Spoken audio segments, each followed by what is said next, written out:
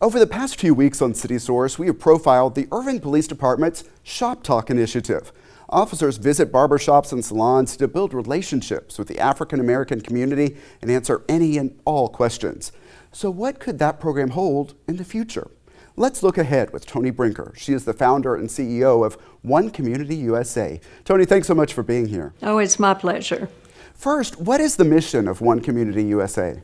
CommunityUSA, a nonprofit, our mission is to bring ordinary citizens and our first responders together to rebuild bridges of trust, create unity, and create the right kind of change that we need in communities across America.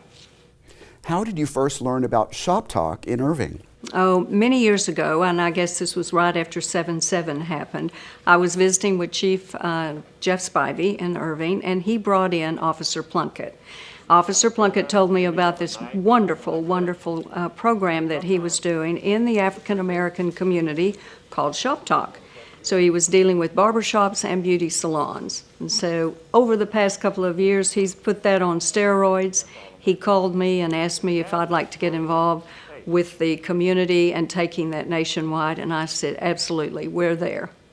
So now that you're at that point, what is your vision for having this program spread across the country? Well, that is our vision, to let it grow across the country. So in kind cities across America, we have similar problems that we see being played out in our metroplex. But this particular program, again, brings everyone together. It gives them a chance to speak about their issues, but more than the most important thing is that it rebuilds bridges of trust, and that in itself would create the right kind of change in the community for people to feel safe.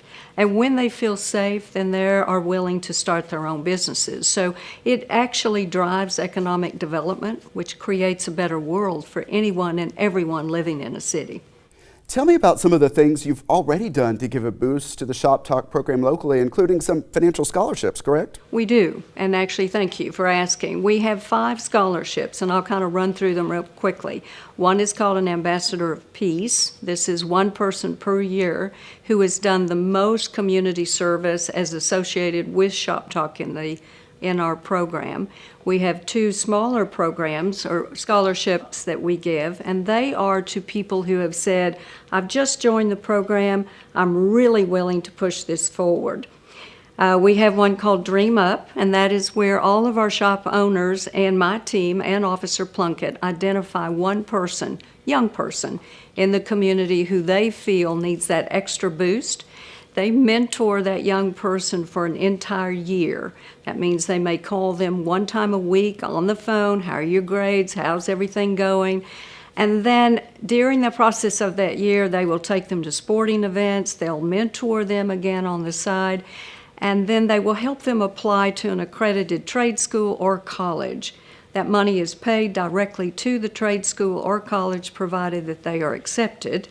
And then our last award is what we call a mentorship award, and that's where an owner of the shop will mentor someone who he now employs. So it gives the community a way to get integrated into the shop owner's business. It gives Irving Police Department a way to bring the community together, again, for the benefit of everyone. What are some of the other initiatives of CommunityUSA? We have several. We have a reentry program. We're focused on people coming out of prison. We have 50% of those happen to be veterans, and the other 50 are general prison population. We have a program called our Foundation of Trust.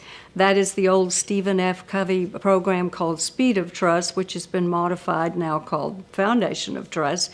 It brings equal numbers of citizens together with first responders through a program that lasts about 3 months where people discuss issues, can be heard, which is extremely important, and then they become certified ambassadors. They get to pick their replacements, so you can actually take it from, say, the original 2020 and end up with 1,000 people in a community, all dedicated toward the betterment of their community and coming together. We have Power of One, which is a program we typically like to do 4 times a year, And that is where we will bring in keynote speakers. We might have it in an African American church, we might have it at a university, we might have it at a music hall. But we talk about relative issues in a safe environment where people can hear different views and that we all walk away together as one.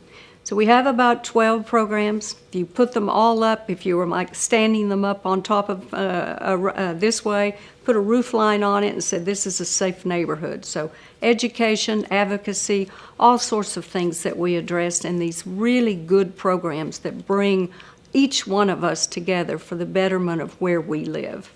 And I've seen you at some of these programs before. You always have the symbols with you. I have the wristband right here. You have the ribbon. Tell me what these colors mean. All right, symbolism is very important. This is our unity ribbon. And for those in the audience, the yellow represents citizens. That's me. And the blue on the other side represents our first responders. So what we need to understand that a first responder by definition is anyone who serves or protects. They've taken an oath to do this. So people that are in the blue also happen to be in the yellow. And I might add, there are many people who are ordinary citizens who sometime in their life become a first responder. They either save a child's life, they've either seen an accident on the highway, they've helped someone, but they actually have stepped into the role in the blue. So you put the two together, you have a unity ribbon, and many times we'll wrap these around a tree. So the cool thing about that is officers, when they're driving at home, they may see that this ribbon is on a tree. They understand that the people who live in that house or apartment, or maybe it's on their truck, they believe in our mission of bringing people back together for the benefit of mankind. Toni Brinker, thank you so much for being with us today. It's our pleasure. Thank you.